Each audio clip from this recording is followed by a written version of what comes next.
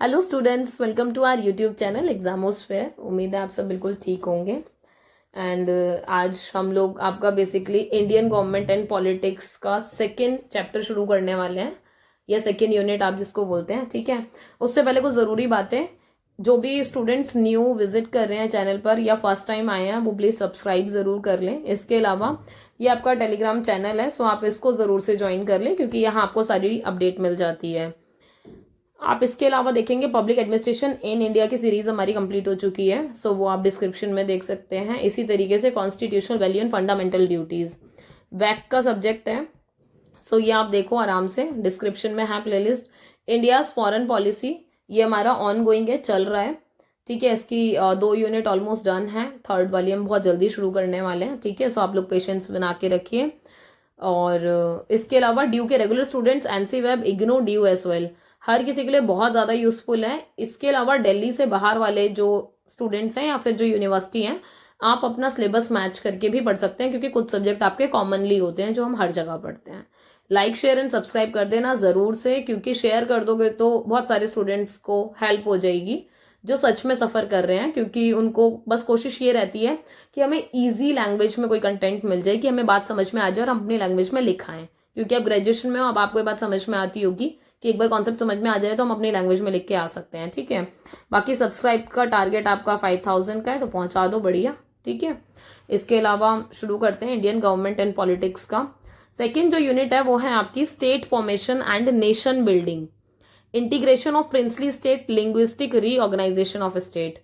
हिंदी वाले स्टूडेंट समझे, राष्ट्र निर्माण और राज्य निर्माण की बात हो रही है। ठीक है, अब एक बात बताओ, राज्य का निर्माण और राष्ट्र निर्माण दोनों अलग अलग हैं। आप नेशन को बिल्ड कर रहे हो अपने स्टेट्स के साथ, रियासतों का एकीकरण होगा यहाँ पर, और राज्यों का भाषाई पुनर्गठन। मतलब बहुत सारे स्टेट, आपको 12th में आपने पढ़ा होगा, और जो स्टूडेंट्स हमारे आर्ट्स वाले नहीं है उनको भी थोड़ा सा बैकग्राउंड दे देती हूँ कि जिस टाइम पे आपने इंडिपेंडेंस अटेन की थी ना, या इंडिया ने जैसे इंडिपेंडेंस अटेन की है, तो देखो बहुत सारी प्रॉब्लम रही है। हम सबको पता है कि यार पार्टीशन की वजह से हमने बहुत ज्यादा सफर किया, क्योंकि विभाजन था तो दिक्कत रही। बहुत सारे स्टेट ऐसे भी थे, ये बात आपने वैसे सुनी होगी, कॉमन है क्योंकि हम सुनते भी है नॉर्मली। जैसे आपने ये कहीं पढ़ा नहीं है पर आपको ये बेसिक चीजें पता है, 10th तक भी हम पढ़ते हैं कि किस तरीके से जो आपके डिफरेंट डिफरेंट जो स्टेट थे ना, उनको ऑप्शन मिले थे। वो चाहें तो पाकिस्तान में चले जाएं, वो चाहें तो इंडिया में चले जाएं। ठीक है, इसके अलावा अगर वो चाहें तो वो अपना सेपरेट भी रह सकते हैं अकेले। ठीक है, सो ये सारी बात थी। और आपको पता है हम जिन्हें आयरन मैन बोलते हैं, ठीक है, कौन है आपके? सरदार वल्लभ भाई पटेल। उन्होंने जाके जितने भी आपके प्रिंसली स्टेट हैं उनको कोशिश किया कि वो कन्वेंस करें ताकि सब इंडिया का पार्ट बने रह सके, और ऑलमोस्ट ऐसा हुआ भी। कुछ कुछ केसेस में प्रॉब्लम्स आई, कहाँ कैसी प्रॉब्लम रही वो हम इस चैप्टर में आगे पढ़ेंगे। ठीक है, और ये लैंग्वेज के बिहाफ पे ये भी आप देखोगे कि किस तरीके से लैंग्वेज के बिहाफ पर नए स्टेट क्रिएट किए गए, पर ये डिमांड इतनी जल्दी भी एक्सेप्ट नहीं हुई थी। और ऐसा भी नहीं है कि हर लैंग्वेज के लिए आप नया स्टेट दे दोगे। ठीक है, बहुत सारी टर्म एंड कंडीशन है जो हमें फॉलो करनी पड़ती है। सो ये बेसिक बैकग्राउंड था, स्टार्ट करते हैं अपना चैप्टर। अगर आप इंट्रोडक्शन की बात करें, देखो अभी मैंने आपको जस्ट अभी एक बात कंप्लीट की लैंग्वेज की, राइट। देखो लैंग्वेज हो गई, कल्चर हो गई, ये सारी ना हमारी पार्ट है, इंपॉर्टेंट पार्ट है ह्यूमन लाइफ का। और आप एक चीज समझते हो कि एज अ ह्यूमन हम सब अपने कल्चर को हमेशा प्रिजर्व करके रखना चाहते हैं, मेंटेन करके रखना चाहते हैं, क्योंकि ये हम सबकी एक पहचान है। क्योंकि अगर आपका कल्चर खत्म हो जाएगा, आप उसको प्रिजर्व नहीं कर पाओगे, तो धीरे धीरे ना आपको वैल्यू नहीं मिलेगी और आप भी सोसाइटी के लिए उतने ज्यादा इंपॉर्टेंट नहीं रहोगे। तो अपना वजूद बनाए रखने के लिए आपको अपना कल्चर, अपने जो रिचुअल्स हैं, आपको उनको कंटिन्यू करना पड़ता है, वो बहुत जरूरी है। ठीक है, अच्छा दूसरी बात क्या है कि ये जो क्वालिटी है ना, आप ये देखोगे इंडिविजुअली भी दिखती है और कलेक्टिवली भी दिखती है। मतलब ऐसा नहीं है कि खाली मैं अकेले ही अपनी आइडेंटिटी के लिए लड़ रही हूँ, अपने कल्चर के लिए स्ट्रगल कर रही हूँ, नहीं। इंडिविजुअल का मतलब है कि अकेले भी मुझे उतनी ही परवाह है जितनी हमारे पूरे समाज को। हमारे समाज को मतलब कलेक्टिवली जो हम सेम कल्चर फॉलो करने वाले लोग हैं, यहाँ उस कॉन्टेक्स्ट में मैं बात कर रही हूँ। ठीक है, इसके अलावा आप देखोगे हिस्ट्री में बहुत सारी चीजें रही, बहुत सारी लड़ाइयाँ हुई हैं, बहुत सारे रायट्स हुए, बहुत सारे वॉर हुए, और इन सब के पीछे मतलब जो युद्ध हो रहे हैं, दंगे हुए इतने सारे, मेजरली जो रीजन यही था कि भाई साहब हमें अपने कल्चर को प्रोटेक्ट करके रखना है, हमें अपनी संस्कृति की सुरक्षा रखनी है। ठीक है, क्योंकि संस्कृति है तो हम हैं, ये वाला कॉन्सेप्ट चलता है। और आप देखोगे बहुत सारी ऐसी चीजें आपने देखी, जैसे इंडिया में पार्टीशन हुआ, ठीक है भाई, दो कंट्री बन गई हमारी। वहां पे भी तो मतलब जो आपका मतलब जो पार्टीशन हुआ, जो सिनेरियो क्रिएट थे, वहां पर भी तो लोगों को इनसिक्योरिटी ही मतलब क्रिएट कर दी थी ना ब्रिटिशर्स ने लोगों के अंदर, कि लोग बहुत इनसिक्योर हो गए, उनको ऐसे लगने लगा कि यार हम तो प्रिजर्व ही नहीं रह पाएंगे, या फिर बहुत सारी प्रॉब्लम्स हो सकती हैं, राइट। तो बहुत जरूरी था कि लोगों के अंदर ये वाली चीज डालना कि भाई आपको अपने कल्चर को बचा के रखना है। ऐसे ही आप देखोगे इंडिया और पाकिस्तान इसका बेस्ट एग्जांपल है, जिसकी मैं भी बात कर ही रही थी, कि आप देखोगे यहाँ किस तरीके से कितनी सारी कल्चर और आइडेंटिटी को लेकर हमने कितना सफर किया। एक बात और है, आपने ये भी देखा होगा बहुत सारे स्टेट के, सिटी के, रीजन्स के नाम चेंज हुए टाइम के हिसाब से। क्यों? क्योंकि उनको अपनी आइडेंटिटी को मेंटेन करके रखना था।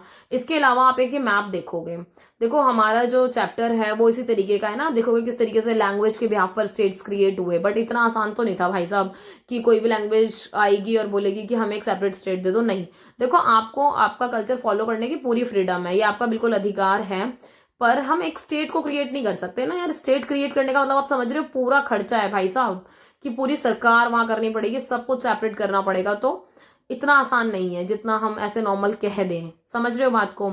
सो ये आपका 1951 का मैप है, और उसके बाद 2019 का ये मैप आप देखोगे। इवन अब इसमें और भी चीजें हैं, जैसे आप देखोगे हमारी यूनियन टेरिटरी वगैरह जैसे और क्रिएट हुई, जो भी हुआ वो we all know that, right. इसके अलावा एक चीज और है, इंडिपेंडेंस के टाइम से अगर आप देखोगे कोशिश ये की गई कि बेस बनाया जाए लैंग्वेज को, कि हमें भाषा के आधार पर क्या करना है, गठन करना है। और ये वाली बात भी सही है कि भारत में जो गठन हुआ वो भाषा के आधार पर ही काफी चीजों का हुआ, और ये हमारा बहुत महत्वपूर्ण घटक है, मतलब इंपॉर्टेंट कंपोनेंट है ह्यूमन के कल्चर का लैंग्वेज। क्योंकि लैंग्वेज ही नहीं होगी तो आधे लोग तो आपको पहचान ही नहीं पाएंगे। लैंग्वेज के हिसाब से तो हम पहचान लेते हैं, अगर हम थोड़ी सी खड़ी बोली बोलते हैं तो हमें पता लग जाता है कि यार ये मतलब हरियाणवी बंदा है, ठीक है। अगर वो थोड़ा सा मतलब ऐसे कोई मराठी बोल रहा है तो आपको पता चल जाएगा भाई महाराष्ट्र का है बंदा, समझ रहे हो। सो भोजपुरी बोल रहा है, समझ जाओगे कि हाँ भाई बिहार से है। तो लैंग्वेज हमारा बहुत इंपॉर्टेंट पार्ट है जो हमारी आइडेंटिटी क्रिएट करता है। इसके अलावा अगर थोड़ा सा हम बैकग्राउंड देखें हिस्ट्री इंडिपेंडेंस से पहले वाली बात में, ठीक है। सो अगर आप ये देखो मॉडर्न पीरियड जैसे ही हमारा शुरू हुआ, मॉडर्न पीरियड किसको बोलते हैं? ब्रिटिश वाला टाइम पीरियड को बोलते हैं ना, जब ब्रिटिशर्स आए थे। सो ये टाइम पीरियड था जब मुगल्स का बिल्कुल पतन होता जा रहा था, ठीक है। वो फॉल हो रहे हैं और कौन हो रहे हैं? ब्रिटिशर्स आ रहे हैं, ठीक है। अब आपको ये पता है कि जो आपका इंडिया था भाई, उसका पार्टीशन हुआ दो तरीके से, एक तो British provinces and Indian princely state. बात समझ लो, ब्रिटिश प्रांत और भारतीय रियासत, ठीक है। चला दोनों ब्रिटिश गवर्नमेंट के अंडर ही रहे हैं, बस कुछ ये है कि जहां वो डायरेक्टली रूल कर रहे हैं, कुछ ये कि जहां पर वो राजा वगैरह को अपॉइंट करके फिर उनके थ्रू अपना काम करा रहे हैं, ठीक है। और ये वो टाइम है जिस टाइम पे मतलब इसका कोई लॉजिक था नहीं, बस हाँ अपने ईज के लिए कि हाँ भाई अपना एडमिनिस्ट्रेशन आराम से चला सके, अपने थोड़े थोड़े फायदे उठाने के लिए सब काम हुए। ऐसे ही आप देखोगे कुछ कुछ मेजर मेजर इवेंट्स हैं इसमें। 1857 में जो रेवोल्यूशन हुआ, मतलब क्रांति हुई, क्रांति होने के बाद क्या हुआ कि इनका क्या था ब्रिटिशर्स का, कि भाई ये धीरे धीरे क्या कर रहे थे? एक्सपेंड कर रहे थे। एक्सपेंडिंग पॉलिसी थी ना इनकी, कि धीरे धीरे अपना दायरा बढ़ाएंगे, एकदम से तो बढ़ा नहीं सकते। सो ब्रिटिश की जो ब्रिटिश टेरिटरी को ये धीरे धीरे क्या कर रहे थे? मर्ज कर रहे थे। अब इन्होंने उस पॉलिसी को रोक दिया, ठीक है, अबॉलिश कर दिया, कि रजवाड़ास को जो ये मर्ज करना शुरू कर रहे हैं उसको रोक देते हैं। इसके अलावा remaining princely state survived the take over. जो बचे हुए प्रिंसली स्टेट थे धीरे धीरे वो भी उनके अंडर आ जाते, बट वो बच गए। क्यों? क्योंकि क्रांति कर दी। अब उनको एक बात समझ में आ गई कि यार परेशानी खड़ी हो सकती है, ठीक है, और इसलिए वो फिर ऐसे ही एग्जिस्ट कर रहे थे।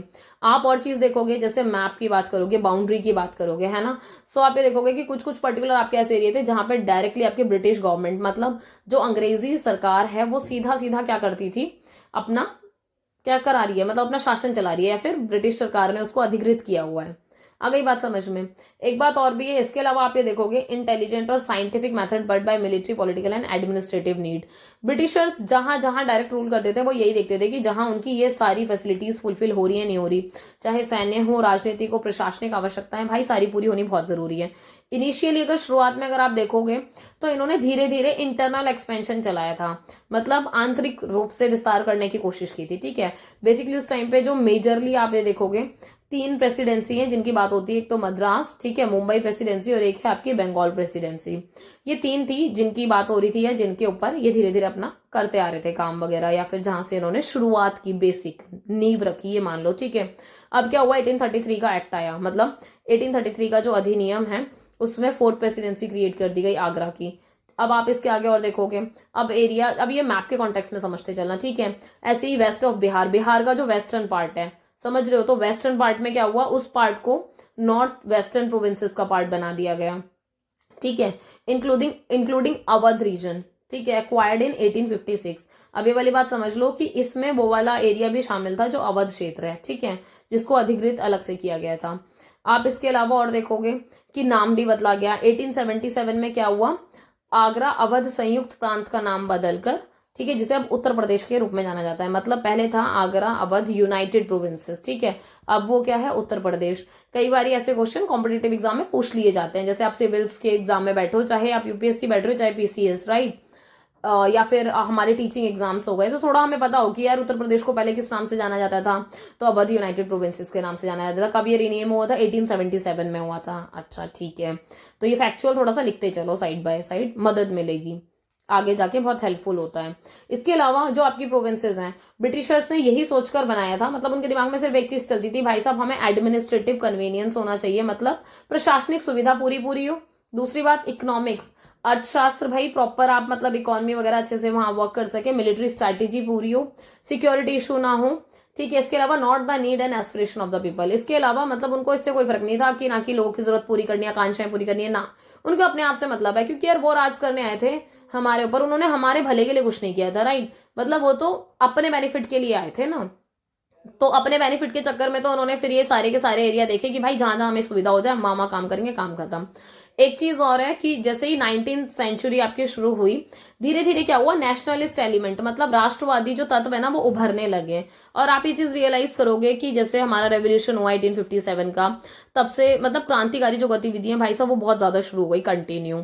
अब ऐसे में क्या हुआ, जो इंग्लिश पॉलिसी है वो ऑल्टर की गई, मतलब उसमें थोड़ा सा बदलाव किया गया आवश्यकता अनुसार, क्योंकि पहले तो एक्सपेंशन की नीति कर रहे थे इन्होंने, उसको भी कंट्रोल किया। इसके अलावा ब्रिटिश गवर्नमेंट ने नए प्रोविंशियल रूल्स निकाले 1919 के एक्ट में, 1935 के एक्ट में। 1935 के एक्ट में अगर देखोगे तो उस टाइम पे 11 ब्रिटिश प्रोविंसेस थे, और उसमें भी अगर नाम देखे जाए ना तो असम, बंगाल, बिहार, मुंबई, सेंट्रल प्रोविंसेस, मद्रास, नॉर्थ वेस्ट फ्रंटियर, उड़ीसा, पंजाब, सिंध एंड यूनाइटेड प्रोविंसेस। अब देखो एक बात समझ लो कि ये वो प्रोविंसेस हैं जहां पर ब्रिटिशर्स अपना डायरेक्ट कंट्रोल रख रहे हैं, ठीक है। हालांकि हम अब बहुत आसपास थे, क्योंकि 1935 की बात हो रही है इस एक्ट में, तो अब समझ लो कि हम इंडिपेंडेंस के काफी नजदीक आ गए थे। सो ये उस टाइम की बात। इसके अलावा आप ये देखोगे नए नए स्टेट्स की डिमांड होनी शुरू हो गई थी। और ना एक और बात है, अगर दिमाग में ये वाली बात है कि आफ्टर इंडिपेंडेंस शुरू हुई थी, तो नहीं, प्री इंडिपेंडेंस ही, मतलब आजादी से पहले ही क्या हुआ था, बहुत सारी जगहों पर नए स्टेट की डिमांड होने लग गई थी, रेज होने लग गई थी वाली वॉइस की भैया हमें नए नए स्टेट्स चाहिए, तो नए राज्यों की मांग उठाई गई। 1917 में कोलकाता में आयोजित कांग्रेस के वार्षिक सत्र में इस मामले पर चर्चा हुई, मतलब कांग्रेस का एनुअल सेशन कोलकाता 1917 में लगा, तब इस बात पर काफी डिस्कशन भी हुआ कि हाँ भाई क्या होना चाहिए, कैसे होना चाहिए, ठीक है। नेक्स्ट आप देखोगे मॉन्टेग्यू क्लेम्सफोर्ड रिपोर्ट 1918, ठीक है, इन्होंने भी रिकमेंड किया क्या कि हाँ भाई इंडिया में फॉर्मेशन ऑफ स्टेट होना चाहिए, किसके बिहाफ पर, लिंग्विस्टिक बेसिस के आधार पर। मतलब कि बेसिकली ये चाहते हैं कि ये जो चेम्सफोर्ड रिपोर्ट है ये कह रही है कि भाई राज्यों का गठन तो होगा, सिफारिश कर रहा है पर किसके आधार पर, भाषा के आधार पर, मतलब कोई और आधार नहीं, सिर्फ लैंग्वेज के आधार पर। अब आप देखना किस तरीके से और कमिटीज बनेंगी। कॉम्पिटेटिव एग्जाम में इस तरीके से पूछा जाता है कि जो लिंग्विस्टिक बिहाफ पर कौन कौन सी कमिटी थी, तो आपको ना 4 कमिटी के नाम दे दिए जाएंगे। सो आपको एलिमिनेट करना होगा कि हाँ ये वाली नहीं है इसमें, या फिर ओनली ये वाली है, समझ गए। तो थोड़ा सा ना इनको अब ध्यान रखना शुरू कर देना। It was generally accepted that independent India could demarcate the boundaries of its administrative unit और लिंग्विस्टिक प्रिंसिपल। देखो ये वाली बात सही है कि बात तो यही थी कि कोशिश ये है कि आमतौर पर ये बात ऐसे स्वीकार की जाती है कि जितने भी आप एडमिनिस्ट्रेटिव आपकी यूनिट्स हैं, आप काम कर रहे हो, ठीक है, लिंग्विस्टिक प्रिंसिपल्स के ऊपर आप फॉलो कर रहे हो चीजों को, पर मेजरली आप हर स्टेट को कवर नहीं कर सकते लैंग्वेज के बिहाफ पर। अब आप एक चीज और समझो, वो आपका बैकग्राउंड था मर्जर ऑफ प्रिंसली स्टेट, किस तरीके से आपने विलय किया, ठीक है, आजादी के बाद जो आपकी भारतीय रियासतें थी आपने उनको कैसे अपने इंडिया का ही पार्ट बनाया, क्योंकि कुछ कुछ ऐसे थे आपकी रियासतें जो ये कहती थी कि भाई हमें तो सेपरेट रहना है, ठीक है। तो अब उसके लिए ये बहुत बड़ी प्रॉब्लम थी यार कि अगर मैप में अगर कोई एक पर्टिकुलर एरिया ये कह दे कि हमें सेपरेट रहना है, तो कैसे सेपरेट रह पाएगा वो, मतलब उनको भी बहुत प्रॉब्लम होगी और हमें भी दिक्कत होगी, और हम नहीं चाहते थे। सो क्या हुआ, 2 टाइप के प्रोविंसेस की बात हो रही थी उस टाइम पे, the native princely state and the British provinces, ठीक है, मतलब देशी रियासत और ब्रिटिश प्रांत, ठीक है। बात इनकी कर रहे हैं हम अभी, देशी रियासतों की, किस तरीके से हमने उसमें उसको मिलाया अपने एरिया में। पार्टीशन के टाइम पे सबसे बड़ा टास्क था, ठीक है, कि कैसे भी करके हमें क्या करना है, जितनी भी वो रियासत है, मतलब ऐसा कहा जाता है 600 छोटी बड़ी सारी, अगर आप देखोगे ना सारी कम्युनिटीज को मिलाकर एक प्रॉपर आपका ये एरिया कवर होता था। और इसमें एक ही बात थी बेसिकली कि हम कैसे भी करके क्या करेंगे कि हमारी जो मतलब पूरा का पूरा इंडिया एक ही एडमिनिस्ट्रेशन के अंदर रहे, मतलब पूरे भारत में सिर्फ एक ही प्रशासन चले, वो जरूरी है, ठीक है, कि ऐसा ना हो कि ये आपका इंडिया है और आप इंडिया की बात करें तो ये पर्टिकुलर एरिया आपका कहीं और का, ये सेपरेट रहना चाहता है, तो यार ये तो गड़बड़ हो जाएगी, राइट। सो इस चीज का थोड़ा सा ध्यान रखा गया। ड्राइंग मेरी उतनी अच्छी नहीं है बट तुम कॉन्सेप्ट समझ गए होंगे, राइट। अच्छा, इसके अलावा माउंटबेटन प्लान आया 3 जून 1947 में, ठीक है। इन्होंने इंडिजीनियस प्रिंसली स्टेट्स को राइट दिए कि भाई आपकी मर्जी, आप चाहो तो इंडिया ज्वाइन कर लो, आप चाहो तो पाकिस्तान ज्वाइन कर लो, और आपको लग रहा है कि भाई हम अपनी मेंटेन कर सकते हैं अलग से इंडिपेंडेंस, तो भाई आप अपनी स्वतंत्रता भी बनाए रख सकते हो, आपको पूरा पूरा राइट है। तो अगर ये वाली बात पूछ ली जाए या फिर आप अपने पेपर में भी लिख के आओगे तो थोड़ा सा लिख के आना कि माउंटबेटन प्लान ने मतलब ऐसा ऐसा किया था, ठीक है। और 3 जून 1947 को। इसके अलावा मोहम्मद अली जिन्ना, उन्होंने अपनी स्पीच में 18 जून 1947 में इस बात को सपोर्ट किया, क्या कि independence of all princely state. उन्होंने कहा कि भाई जितने भी प्रिंसली स्टेट है उनको पूरी पूरी मतलब आज़ादी है या पूरा पूरा अधिकार होना चाहिए कि भाई वो ब्रिटिशर्स से फ्री रह सकते हैं, जैसे ब्रिटिशर्स चले जाएंगे तो वो आज़ाद रह सकते हैं, जरूरी नहीं है उनको कि वो इंडिया मिले पाकिस्तान में मिले, तो वो इस वाली स्ट्रैटेजी के लिए बोल रहे थे।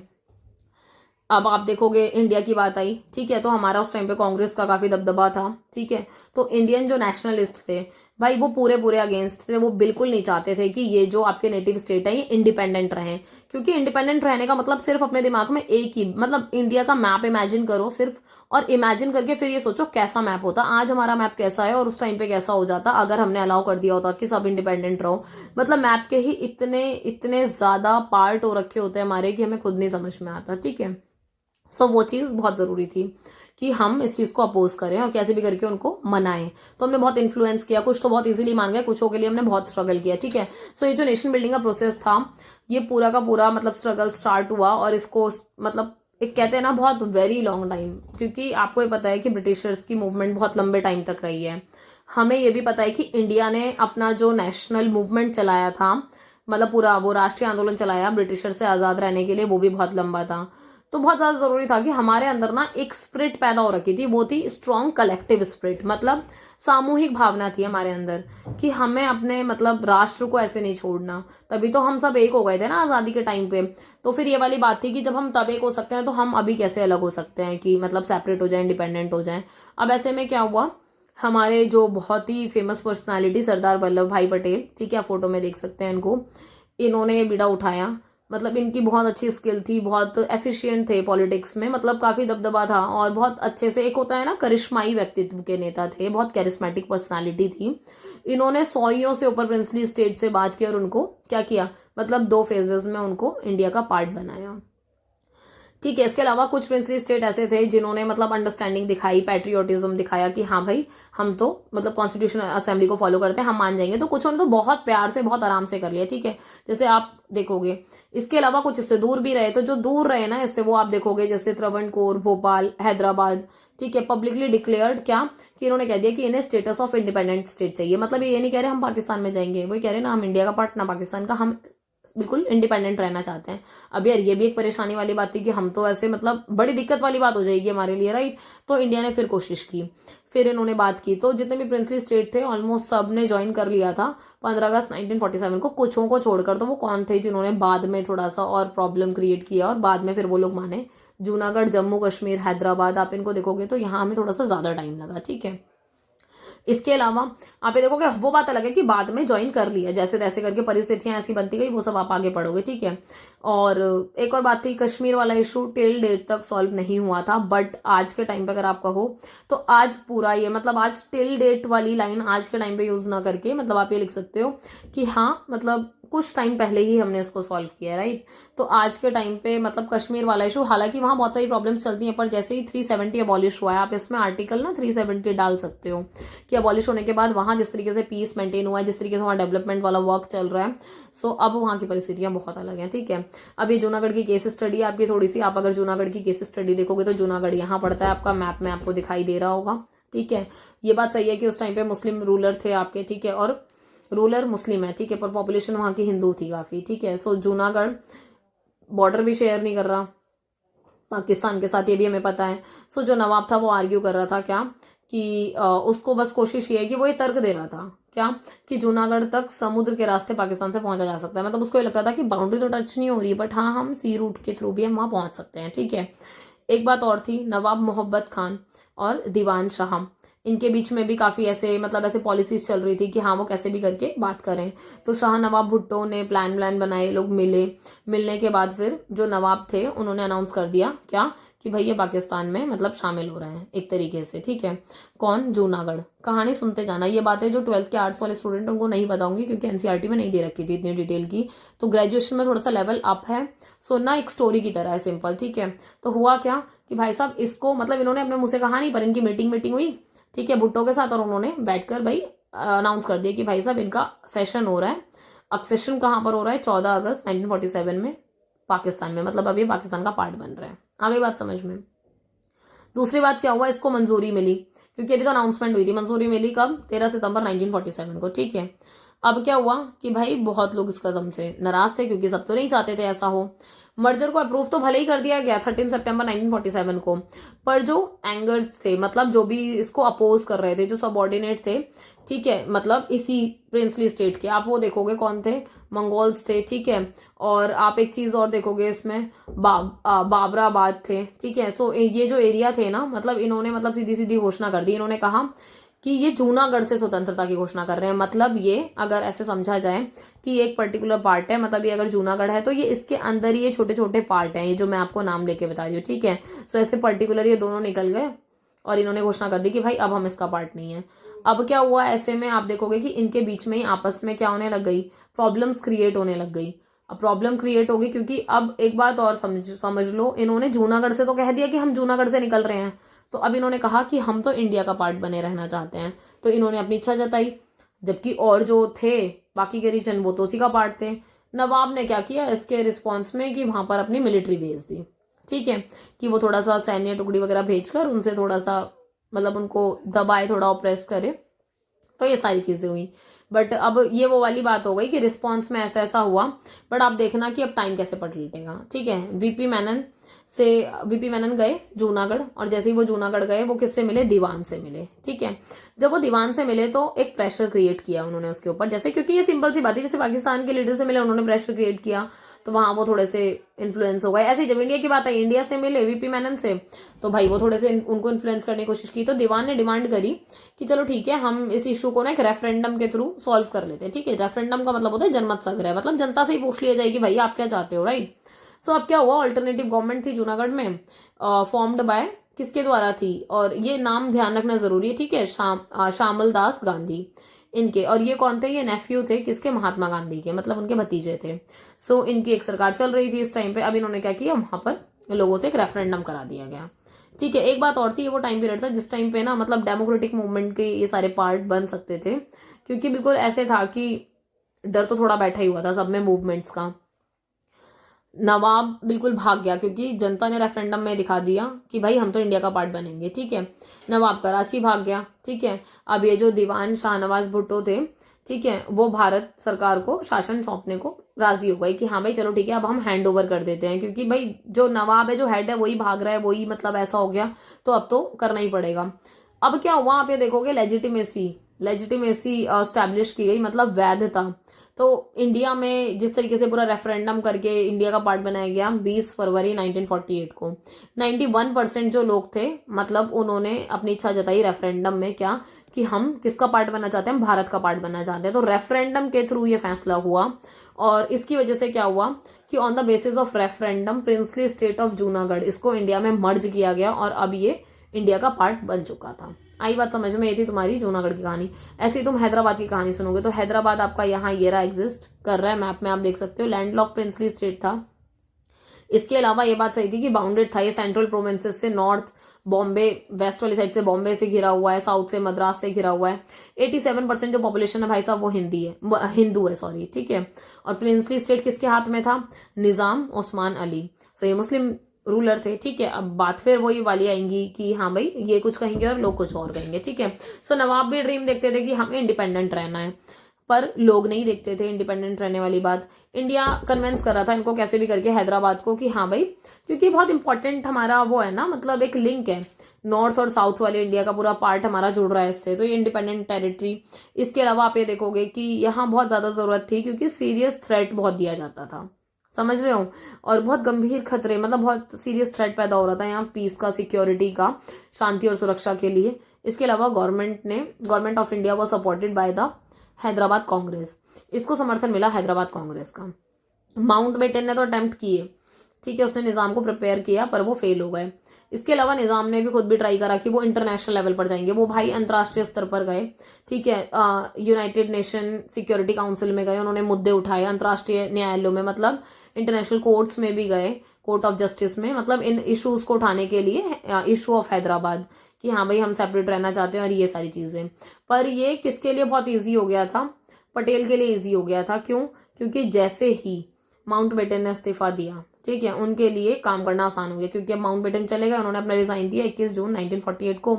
और इस तरीके से फिर क्या हुआ, आपके जो इंडियन लीडर्स हैं उन्होंने इस चीज़ का फायदा उठाया कि किसी भी तरीके से अब ये वहाँ लोगों को समझा सकते हैं या उनको दिखा सकते हैं कि हाँ क्या सही है क्या गलत है। सो ऑन 13 दिसंबर 1948 को एक ऑपरेशन पोलो चलाया गया, ठीक है, इसके तहत ये सारी चीज़ें हुई। इंडियन आर्मी को कहाँ भेजा गया? हैदराबाद भेजा गया, हैंडल करने के लिए कि हाँ भाई किस तरीके से वहाँ पर पूरा जो कानूनी व्यवस्था है, जो लॉ एंड ऑर्डर की सिचुएशन है वो संभालो, ठीक है। और हुआ क्या, निज़ाम ने सरेंडर कर दिया और निजाम ने एक्सेप्ट कर लिया कि हाँ भाई वो इंडिया का पार्ट बन रहे हैं। सो नवंबर 1948 में पार्ट बने।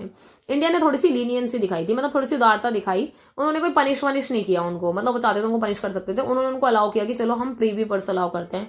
सो 50 लाख रुपए का प्रीवी पर्स, ठीक है, और उनकी संपत्ति का बड़ा हिस्सा उनको रखने की अनुमति दे दी गई, वरना चाहते तो उसका पार्ट ले सकते थे, पर उन्होंने उनको अलाउ किया कि आप इसको रखो, ठीक है। और बाकी उसके बाद क्या हुआ, उनको फॉर्मल हेड बना दिया स्टेट का। सो ये एक इंपॉर्टेंट बात थी कि किस तरीके से हैदराबाद पार्ट बना किसका, इंडियन यूनियन का, और इंडिया ने किस तरीके से मतलब इतना लीनियंसी दिखाते हुए, इतने लिबरल थॉट के साथ उनको अलाउ किया। नेक्स्ट आप कश्मीर का इशू देखोगे। कश्मीर का देखो, आपको पता है जो एरिया है हमारा, मतलब काफी बड़ा एरिया हमारा बॉर्डर टच करता है अदर कंट्रीज के साथ, जैसे अफगानिस्तान, चाइना हो गया, ठीक है, और सिमियांग, तिब्बत, पाकिस्तान, मतलब ये सारे के सारे ऐसे एरिया हैं जहाँ से हमारे चलते हैं। वहाँ पे जो मेन लीडर थे राजा हरी सिंह, किंग हरी सिंह बोल देते हैं, ठीक है। प्रिंसली स्टेट थे भाई हिंदू, पर वहाँ की जो पॉपुलेशन है, पॉपुलेशन का थोड़ा सा अलग वेरिएशन है, 3/4 जो उनकी पॉपुलेशन थी वो कौन सी थी, मुस्लिम थी, ठीक है। सो महाराजा हरी सिंह भी होप रखते थे किस चीज़ की, फ्रीडम फॉर कश्मीर। वो भी कहते थे कि भाई हमें आज़ाद कश्मीर, मतलब वो कॉन्फ्लिक्टेड वर्ड के कॉन्टेक्स्ट में ना समझकर वैसे समझो कि वो अपने कश्मीर की आज़ादी चाहते थे कि हमें इंडिया और पाकिस्तान किसी में नहीं जाना, ठीक है। एक आपके उस टाइम पे वो जो शासन था ना वहाँ पे किसका चला था, शेख अब्दुल्ला का, ठीक है। उनकी जो पार्टी थी, मतलब मेन पार्टी थी कश्मीर की उन दिनों, वो नेशनल कॉन्फ्रेंस, ठीक है। उन्होंने ऑर्डर मेंटेन करने की कोशिश की इंडिपेंडेंस के टाइम पे, ठीक है। बट जो महाराजा हरी सिंह थे वो बिल्कुल मर्ज करने को तैयार नहीं थे, ना तो इंडिया के साथ ना पाकिस्तान के साथ, ठीक है। मतलब यहाँ अच्छी बात ये कि ये भी सेपरेट ही रहना चाहते थे, ठीक है। पाकिस्तान ने बहुत कोशिश की कि भाई कैसे भी करके समझौता कर ले, ठीक है। वेट एंड सी की पॉलिसी अडॉप्ट की गई फिर इंडिया की साइड से, क्योंकि पाकिस्तान के साथ उनके थोड़ी सी बातचीत चल रही थी, तो ये वाली बात हो रही थी कि क्या पता शामिल हो जाए, मतलब से डर बना हुआ था उस सिचुएशन पे। पर भाई साहब इंडिया बैठ के देख रहा था कि वेट एंड वॉच पे काम कर रहा था इंडिया उस टाइम पे, ठीक है। नेहरू ने फेवर किया कि भाई सेशन ऑफ कश्मीर इंडिया में ही होना चाहिए चाहे जो हो जाए, ठीक है। और ऑन September 13, 1947 में ये बात हुई। पटेल भी एग्री करते थे नेहरू की इस बात से कि हाँ भाई मर्ज होना चाहिए कश्मीर का इंडिया में ही किसी भी कीमत पे, ठीक है। दूसरी बात ये, Pakistan attempt to merge Hindus dominated Junagadh.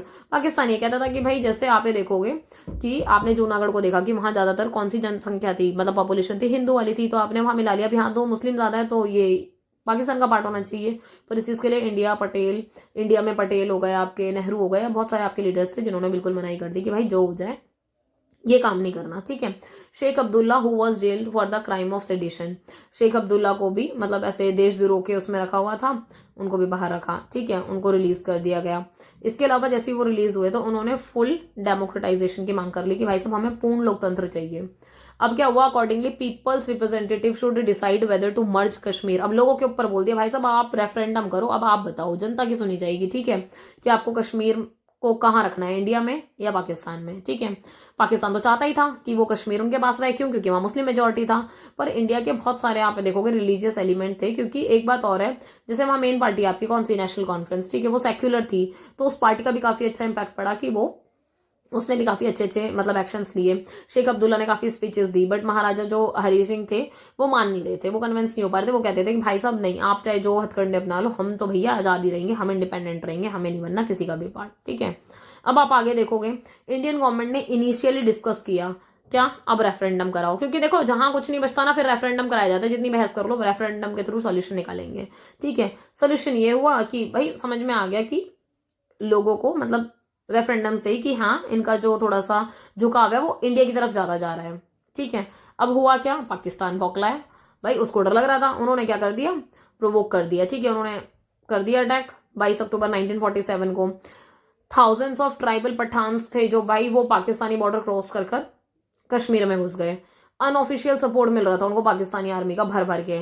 अब भाई हमारा श्रीनगर वाला जो एरिया, भाई वहां पर लूटपाट शुरू कर दी उन्होंने। मतलब महाराजा हरी सिंह बिल्कुल ऐसे हो गए, बिल्कुल कि उनके हाथ में तो पावर ही नहीं रही, कुछ भी पावरलेस हो गए एकदम से। उनको समझना है कि वो कैसे रोके कैसे इस चीज को, ये तो एकदम से ही रातों रात चीजें बदल गई। 24 अक्टूबर देखो, 22 अक्टूबर को अटैक हुआ, 24 अक्टूबर 1946 को, वो 47 को सॉरी, हरी सिंह ने अपील की किससे, इंडिया से, ठीक है। तो इंडिया की मिलिट्री ने उनको असिस्ट किया, हेल्प किया, और हमने हेल्प भी इसी आधार पे किया था कि भाई आप इंडिया में शामिल हो जाओ तो हम अपने पूरी की पूरे तरीके से आपके साथ खड़े हैं। और हुआ भी यही, इंडिया ने फिर कश्मीर में अपनी जो फोर्सेस हैं उनको भेजा, और इस तरीके से फिर क्या हुआ, इनके आपस में साइन वाइन हुए। और एक और चीज़ है कि साइन होने से पहले भी जो पटेल हैं उन्होंने भी काफ़ी उनको मतलब वो किया, समझाया, बहुत दबाव डाला कि आप मर्ज करो मर्ज करो। और हरी सिंह ने फिर साइन कर दिया इंस्ट्रूमेंट ऑफ असेशन पर, और एग्री कर दिया, ठीक है, कि शेख अब्दुल्ला को हेड ऑफ द एडमिनिस्ट्रेटिव बनाएंगे प्रिंसली स्टेट का। इस तरीके से आपका जो कश्मीर है वो मर्ज हुआ इंडिया के साथ, ठीक है। एक बात और थी, ऑन जनवरी 26 1950 आप ये देखोगे कि constitution of India also came into force in Kashmir. कहने का मतलब है कश्मीर में भारत का संविधान भी लागू हो गया, मतलब क्योंकि अभी हमारा पार्ट बन गया तो वहां लागू होगा, ठीक है। ऑल दो कुछ कुछ उनकी सेपरेट चीजें थी, पर 1917 कह रही हूँ 370 है ना, आर्टिकल 370 जैसे ही आपने अबॉलिश करा, उसके विशेष प्रावधानों के तहत ये वाली बात हो गई कि अब ये आज के टाइम पे क्या है, यूनियन है ना, इंडियन यूनियन टेरिटरी में आता है ना आपका जम्मू कश्मीर, ठीक है। स्पेशल जो स्टेट है उसका वो वाला स्टेटस हटाकर इसको इंडियन यूनियन का पार्ट बना लिया गया, ठीक है। जम्मू कश्मीर रिऑर्गेनाइजेशन जो एक्ट है ये 9 अगस्त आपका 2019 में इनेक्ट हुआ, ठीक है। एक चीज और जो समझने वाली बात है, मतलब आर्टिकल 370 हटाया, अबॉलिश हुआ है ना, उसको निरस्त तो करा, पर इसके साथ साथ आपकी दो नई टेरिटरी, मतलब जम्मू कश्मीर की तो बात हो रही है कि यूनियन टेरिटरी बनी, दूसरी और बनी वो थी लद्दाख। तो आप मैप में आराम से देख सकते हैं, आपको मैप में दिख जाएगा आराम से, ठीक है। सो इस चीज का ध्यान रखेंगे। ये हुआ आपका पार्ट 1 कंप्लीट, ठीक है। यूनिट 2 का पार्ट 1 कंप्लीट, बाकी एक सेकेंड, यूनिट 2, हाँ यूनिट 2 का पार्ट 1, ठीक है। इसके अलावा पार्ट 2 जल्दी लेके आएंगे, और IFP के ऊपर काम चल रहा है, ठीक है। बहुत जल्दी मैं उसका भी मतलब नया यूनिट शुरू करने वाली हूँ। सो आप लोग तब तक के लिए बने रहें, लास्ट तक बने रहने के लिए बहुत बहुत thank you. Like share and subscribe कर देना। सब्सक्राइब का टारगेट तुम्हें पता ही है 5000 है, पहुंचा दो आराम से। टेलीग्राम चैनल जरूर से ज्वाइन कर लेना क्योंकि सारी अपडेट आपको यहीं से मिलती है, ठीक है। बाकी तब तक के लिए ध्यान रखो अपना, पढ़ते रहो, आगे बढ़ते रहो। मिलते हैं नेक्स्ट वीडियो में बहुत जल्दी, बाय।